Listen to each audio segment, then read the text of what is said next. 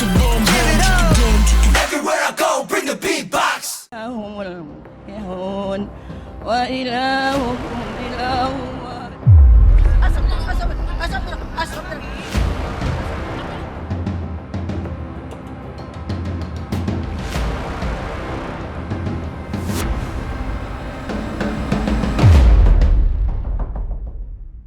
Aku harus menyelamatkan hidup aku, menyelamatkan hidup baby Sultan, ini harus aku ambil.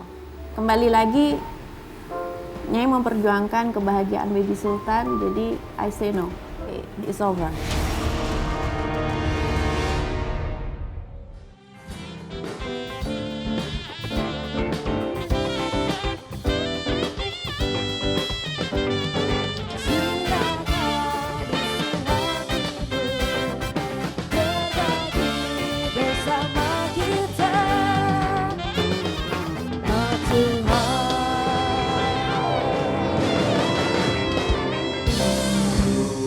Jodoh, maut, rezeki adalah rahasia ilahi. Pertanyaannya adalah, mana yang akan datang lebih dahulu?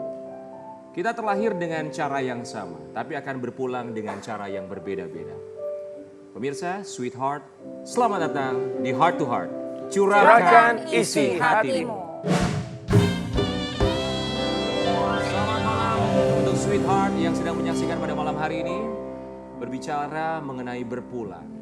Beberapa waktu yang lalu berpulang seorang ustazah, almarhumah Ustazah Taslimah. Beliau menghembuskan nafas terakhir ketika beliau sedang memimpin sebuah pengajian. Dan kepergiannya terekam dalam salah satu YouTube channel yang melakukan live streaming pada pengajian yang tersebut. Di malam hari ini kita akan mengenang sosok beliau, mengenang kepergian almarhumah Taslimah dalam tayangan berikut.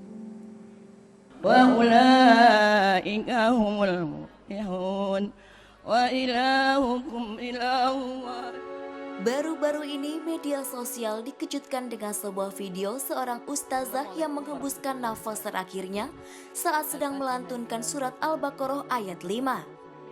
Ajal menjemput almarhumah Taslimah saat sedang memimpin pengajian rutin di Masjid Al-Barkah Asy-Syafiyah, Tebet, Jakarta Selatan.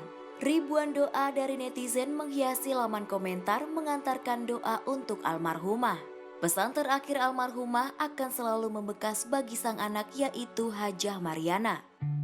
Beliau pesannya begini, kalau di mana-mana jangan tinggalkan sholat. Kalau kerja itu gunakan waktu walaupun sebentar buat sholat. Sholat, kerja yang jujur, itu yang mak kepengen. Air mata mengalir saat kerabat dekat memanjatkan doa untuk almarhumah sambil mengenang kepergiannya. Dia jadi panutan kami di sini. Dia orang baik. Sosok seperti apakah Ustazah Taslimah semasa hidupnya? Dan apakah yang menjadi penyebab kepergiannya? Semua akan dicurahkan oleh kerabat terdekatnya hanya di Heart to Heart.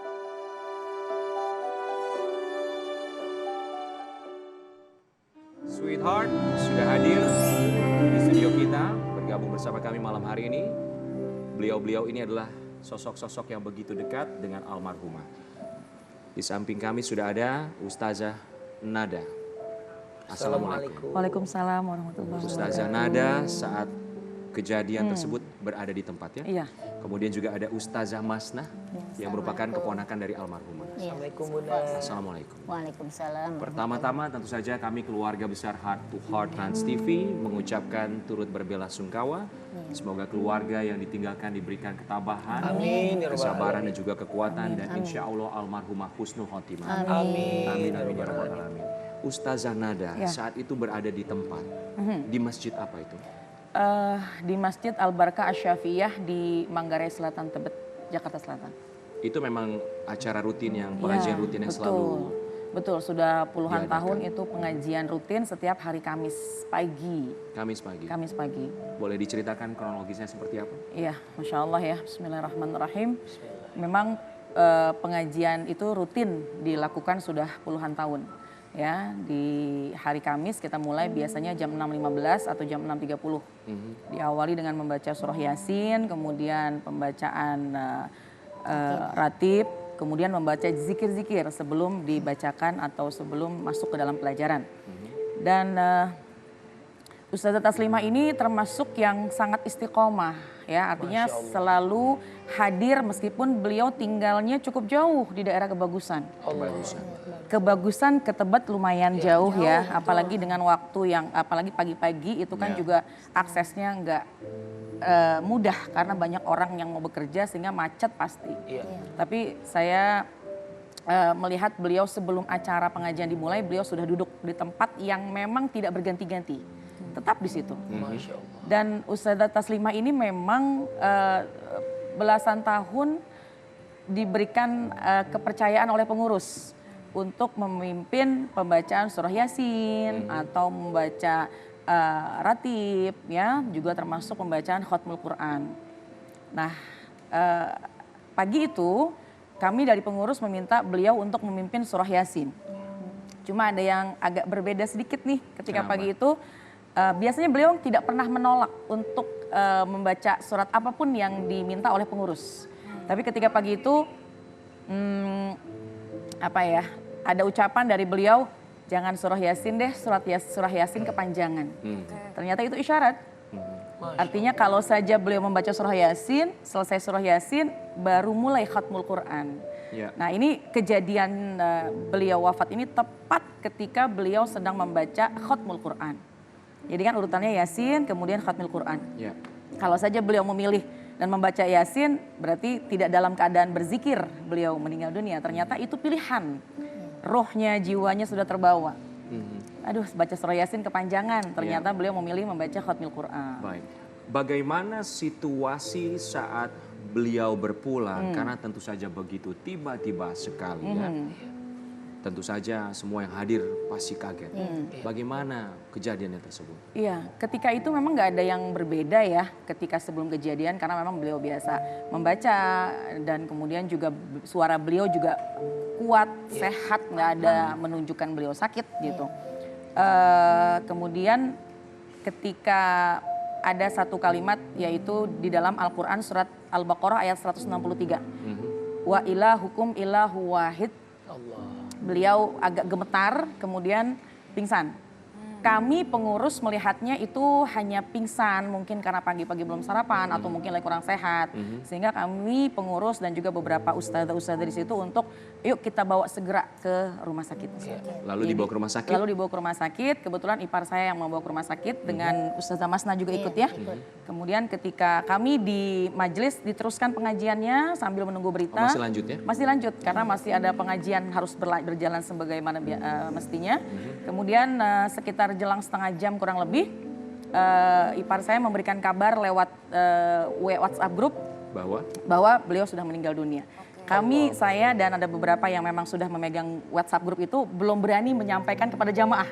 Udah masih gemeteran gitu. Disampaikan setelah acara selesai? Nah, disampaikan masih di tengah-tengah pengajian. Jadi ketika guru masih menyampaikan, kami hanya memberikan satu lembar kertas, beliau sudah meninggal dunia. Spontan semua yang hadir kaget dan semua menangis, nggak menyangka begitu indah kematiannya. Begitu indah kematiannya. Tapi sebenarnya ada keluhan nggak sih sebelum-sebelumnya atau mungkin di hari itu rasanya mungkin nggak enak badan, sempat ngomong ke jamaah atau ustazah lain, ada nggak kayak gitu?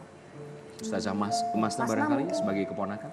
Iya, kemarin-kemarin memang suka ada keluhan, tapi sakit lambung. Sakit lambung bilangnya. Yang sering tuh.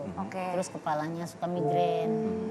Gitu. Hanya itu, tapi apakah sebelumnya ada riwayat dibawa ke rumah sakit, dirawat di rumah sakit? Udah pernah sih dulu rumah sakit, tapi masih muda gitu. Sudah lama ya, sudah lama. Berarti tidak ada riwayat sakit yang begitu berat. Iya, cuma ada darah tinggi juga. Iya, tapi di saat momen sebelum kepergiannya, sebagai keluarga, apakah melihat ada yang berbeda dari ustazah, dari almarhumah Ustazah Taslimah? Kalau saya lihat sih nggak ada yang berbeda. Tidak ada yang berbeda sama sekali, seperti biasanya. Seperti biasa. Baik, Ustazah Masna sebagai seorang keponakan. Sosok almarhumah di mata keponakan Ustazah Masna. Alhamdulillah, orangnya baik. Murid-murid juga semua, dia baik orangnya. Emang dia kan pagi sore ngajar. Sama di masyarakat semua tuh baik dia orangnya. Dan izin Bunda, beliau usia berapa tutup usianya? 71. 71 tahun ya? Iya, dan seperti yang banyak orang juga berkomentar. Apakah keadaan meninggal ketika sedang mengaji itu memang adalah yang sangat bisa dibilang husnul khotimah? Mungkin kita sebagai orang awam, terutama aku yang bertanya ini kan kurang pengetahuan lah tentang agama. Apakah itu bisa disebut seperti itu? Ustazah Nada juga menyampaikan bahwa kepergiannya dalam cara yang begitu indah. Masya Allah. Jadi memang kalau kita merujuk kepada apa yang pernah disampaikan oleh baginda Rasulullah SAW bahwa ada beberapa tanda-tanda wafat yang baik, wafat yang husnul khatimah. Yang pertama diantaranya wafat ketika dia mengucap kalimat tauhid. Apakah itu mengucap la ilaha illallah, atau ia mengucap Allah, atau asyhadu an la ilaha illallah, itu bisa dikatakan itu hadis baginda Rasulullah SAW bahwa bisa dikatakan wafat husnul khatimah. Kemudian yang kedua, apabila seseorang wafat ketika sedang melakukan amal-amal ibadah, itu sudah dipastikan beliau orang yang mati dalam keadaan seperti itu atau meninggal dunia dalam keadaan seperti itu, Allah wafatkan dalam husnul khatimah. Kemudian yang ketiga, kata baginda Rasulullah SAW, siapa yang meninggal dunia pada malam Jumat atau hari Jumat, maka terbebas dari azab kubur dan sudah dipastikan atas izin daripada Allah wafat dalam husnul khatimah. Dan masih banyak lagi tanda-tanda seseorang wafat dalam keadaan yang husnul khatimah. Dan dalam kasat mata kasar saya bahwa saya husnuzon, Ustazah Taslimah mendapatkan 3 tanda tadi. Amin ya rabbal alamin. Pertama, mengucapkan kalimat tauhid karena ucapannya adalah Al-Baqarah ayat 163, wa ilahukum illahu wahid. Yang maknanya adalah dan Tuhan kalian adalah Esa, yaitu Allah Subhanahu wa taala. Jadi mengucapkan kalimat Allah. Dan yang kedua, wafat dalam keadaan beribadah. Sedang membaca doa, sedang membaca Al-Quran di majelis ilmu, di majelis ta'lim yang memang itu sudah menjadi kebiasaannya beliau hadir. Yang ketiga, tentunya wafatnya di hari Kamis. Kita husnuzon dimakamkan di malam Jumat, mudah-mudahan terbebas dari azab kubur. Amin ya rabbal alamin. Itu yang disampaikan oleh baginda Rasul yang saya lihat juga ada pada beliau. Saya bermimpi, saya punya satu keinginan jika memang hari terakhir saya ingin dalam keadaan bersujud. Amin. Insyaallah. Bagaimana keluarga dari almarhumah melihat kepergiannya tapi dengan begitu indah sekali. Yang merasa kehilangan sih. Pasti. Kaget.